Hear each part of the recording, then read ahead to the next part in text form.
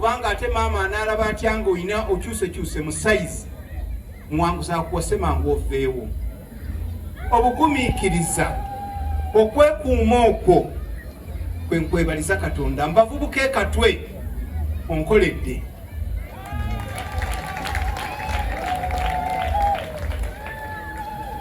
Kitono ekyampitako naye ekyo tulonda tuli kisanga. Bwe nali nkyali mukubiriza nali ntaddewo ekirabo.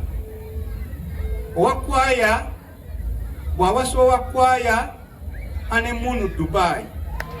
Naye abange muli ngambi bwe nali nkyali mukubiriza. Naye kati sinze mukubiriza. Kati Nalongo ye mukubiriza. Buli kisanja n'ebyakyo. Naye mwanguzi siyinza kuviirako awo nga sikuwaddeyo kirabo. Wadde ebirabo bino ngenda kubyogerera.